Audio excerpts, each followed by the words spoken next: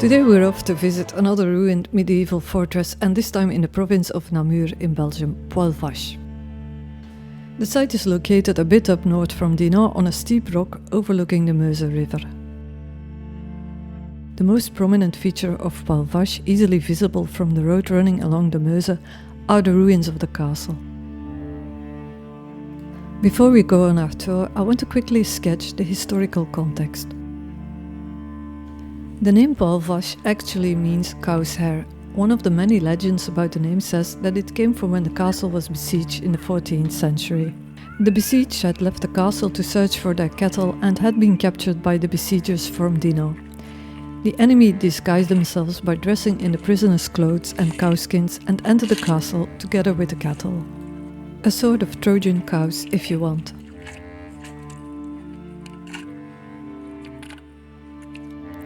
There's also a second, older name for the castle. In the Middle Ages there was an important mint in the area which produced a large amount of coins named esterlins. These coins were issued by the provostship of Poilvache, and the name of the location that appears on them is Emeraude or Meraude, French for emerald, maybe referring to the emerald green forests in this area. Here is an example of such a coin dating from the time of Henry VII, King of the Romans. Quite a substantial amount of esterlins were minted at Meraude, but it was not known where the exact location of the mint was.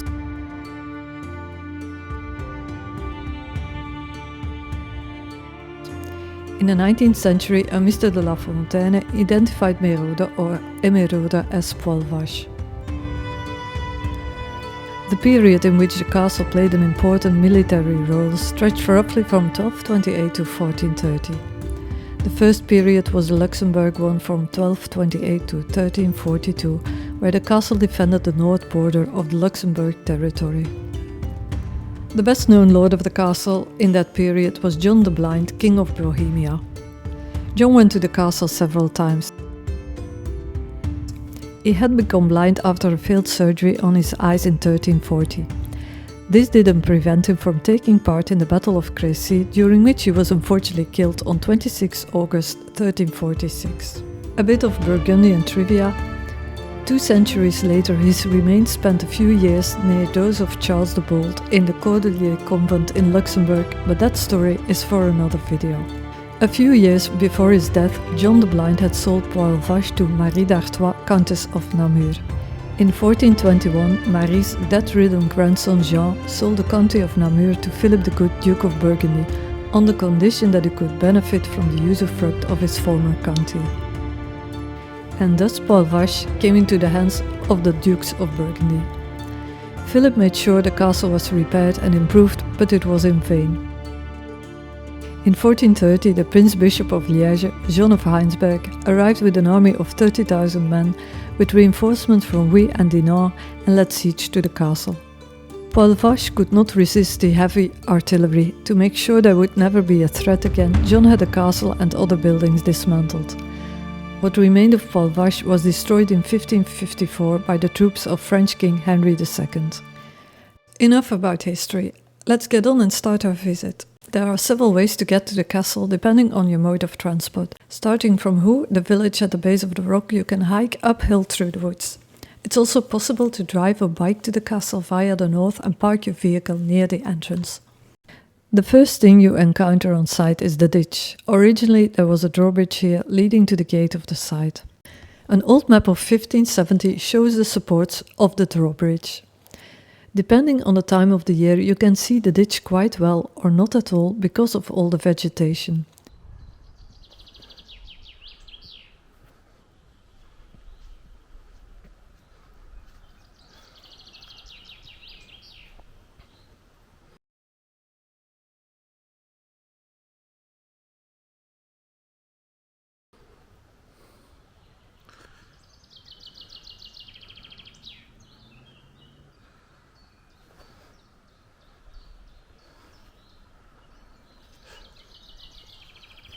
One thing to mention before we enter the site is that Poilvache is a very large site because it was both a castle and a town.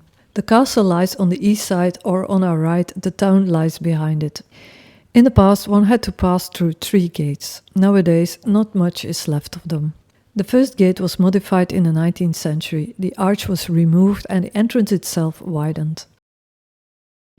We passed through a long corridor with a second gate halfway and a third one at the end, leading into the old town. A bit further down in a grassy field is a small hut where you can buy your entrance tickets and, if you'd like, snacks, drinks and souvenirs.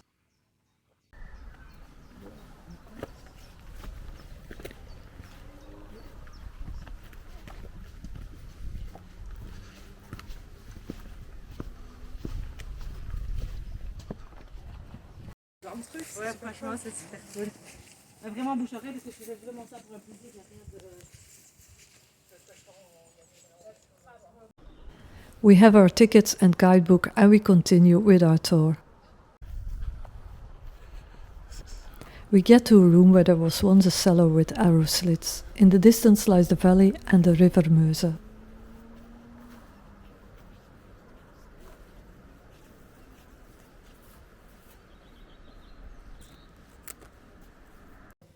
The south and southeast walls of the town are not very wide, only about 80 centimeters. There is no explanation for this, but it meant there wasn't a chemin de ronde or walkway.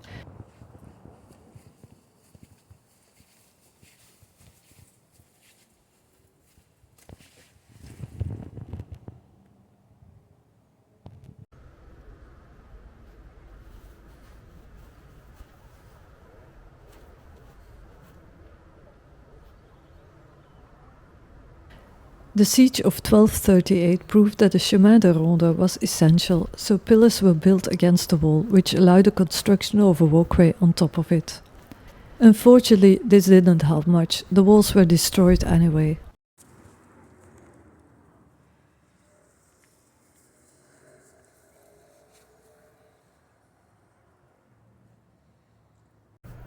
Next we get to the mint tower. This is not really a tower and it was likely never used to mint coins despite its name.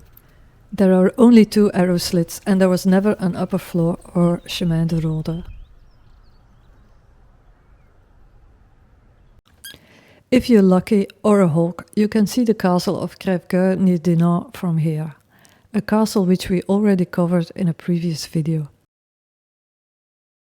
It's much easier the other way around.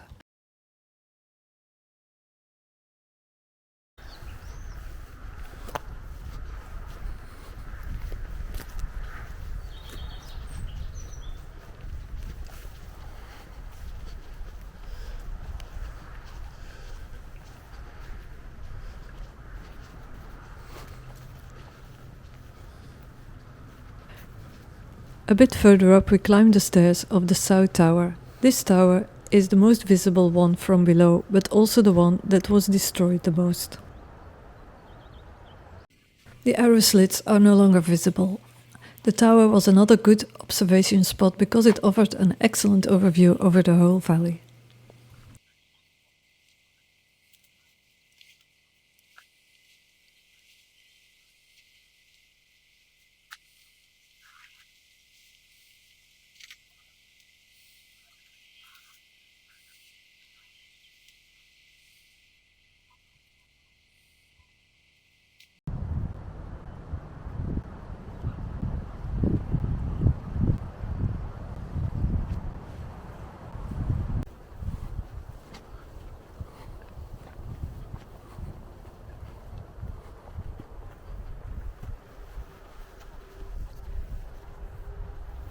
In the west wall there's a large hole, known as the Breach of the Patriots.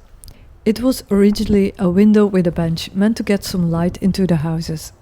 In 1790, during the Brabant Revolution, when there were battles going on in the area, Poilvache was occupied by Austrian troops, and these troops allegedly made a breach in the wall, so they could aim a cannon at their opponents, the Patriots, and this was in the location of the window. In old postcards you can see that there was still an arch over the large window and no wall at the bottom. The small wall was built in the 1980s to prevent people from falling down the rocks.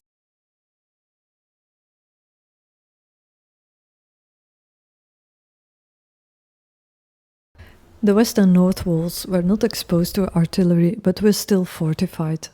These walls were probably 6 to 9 meters high and 1.5 meters wide.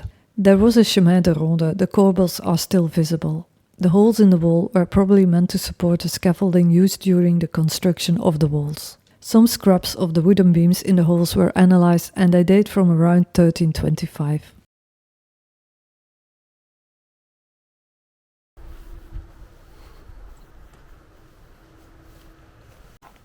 Next to it is the West Tower, the best preserved tower of the site. It formed the defense of the north and west side of the castle. There are 9 arrow slits.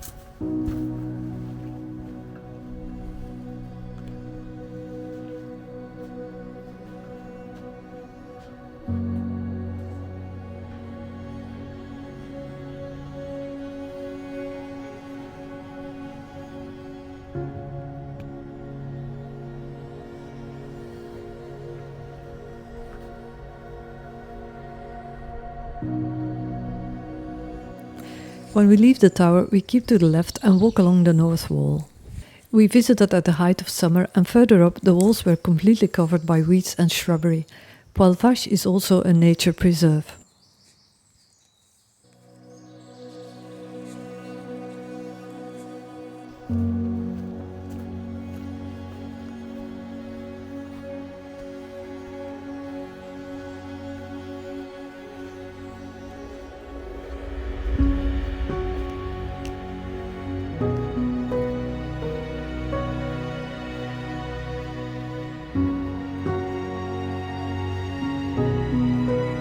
Soon we come across a large ruined house. This is the house of the Grand Pignon or Big Gable. It was likely the dwelling of a noble family. The house was destroyed during the siege of 1430 and later materials were taken from it to build or repair other houses. The Pignon house leans against the outer wall of the town, and to allow soldiers access to the chemin de ronde, there was a door made which you can see at the top of the house. The house was built in stone, but the inside walls and part of the facade were made of wood. There were 4 floors, a cellar with a cistern, a living room with a large fireplace, rooms on the upper level and an attic.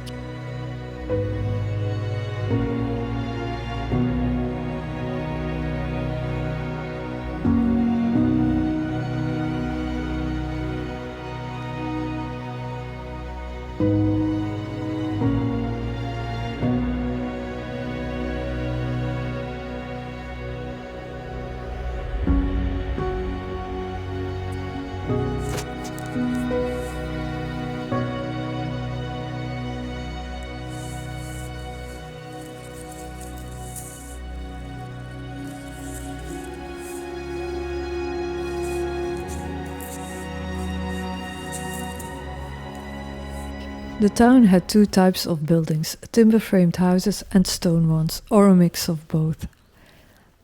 The site has not been completely excavated yet. Also, when we were there, a lot of the ruins were completely covered by vegetation and they were hard to see.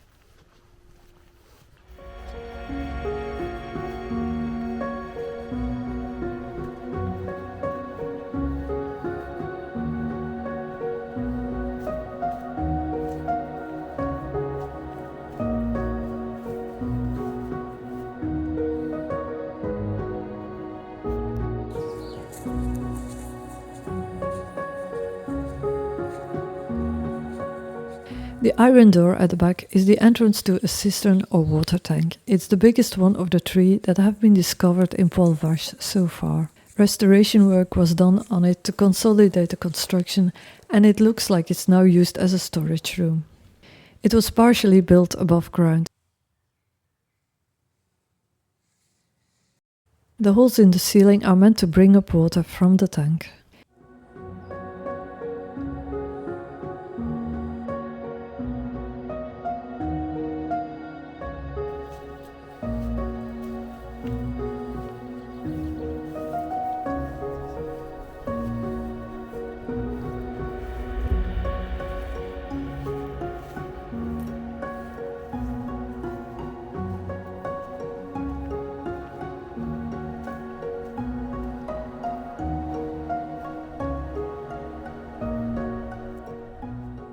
In the center of the castle grounds we can see the well. It was dug into the limestone rock and is 2.5 meters wide and 54.5 meters deep. It doesn't go all the way down to the Meuse River, but to a water table in the rock. The castle and town were heavily dependent on these water supplies, so this became fatal when the water of the well was no longer fit for consumption during the siege of 1430. Jean de Stavelot writes about the siege in his chronicle. He describes how the cistern was destroyed by a large cannon that was brought from Huy.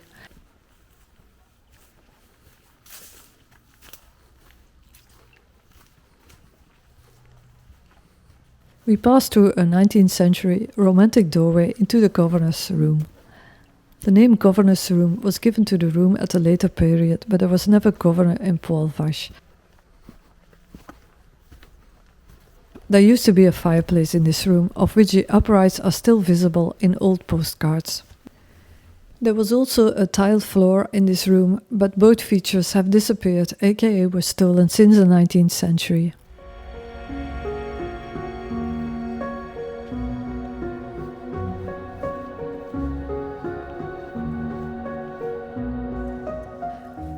The east wall near the ditch had a bulwark or a second wall built before the original one to protect the site from gunpowder artillery which came into use from the 14th century onwards. The original wall was not strong enough to withstand this type of attacks. The bulwark is not accessible and it was not very visible during our visit either due to the vegetation. It's more clearly visible on pictures taken in winter.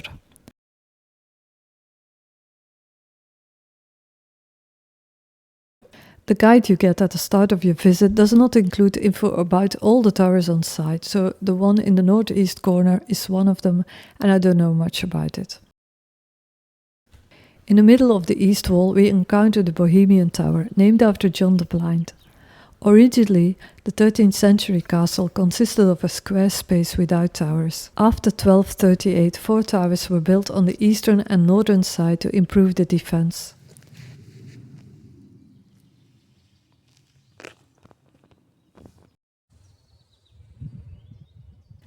Of the Bohemian Tower, which was constructed in 2 parts, only the west side remains. The other half lies in the ditch.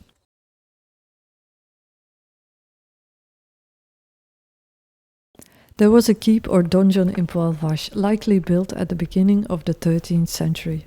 The existence is known thanks to a document from 1430, but its exact location is up till today still not known. The building currently identified as a keep, number 4 on site, is located in the southeast corner near the Luxembourg Tower at the entrance of the castle. All that remains of this building is the cellar, originally composed of a large room divided in 2 by 2 arcades on pillars. This room was completely changed after 1238. It was partially filled up and a new level with a fireplace was added. Archaeological evidence shows that at least part of this building was burned down and likely in 1430.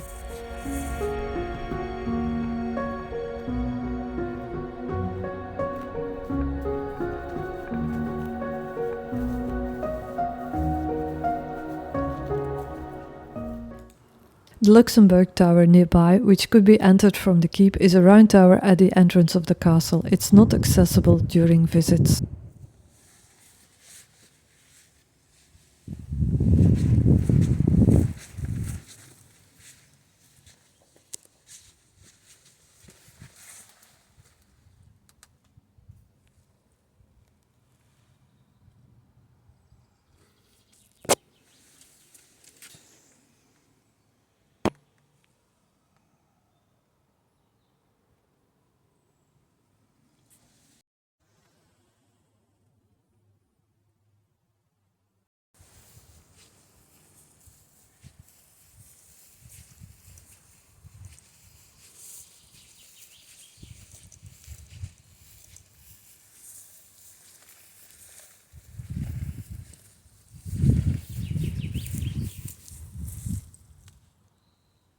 Initially, there was no kitchen or cistern in the keep.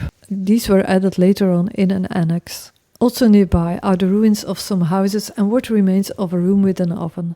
It's not clear what this oven was used for. During our visit, it was not really visible due to all the vegetation.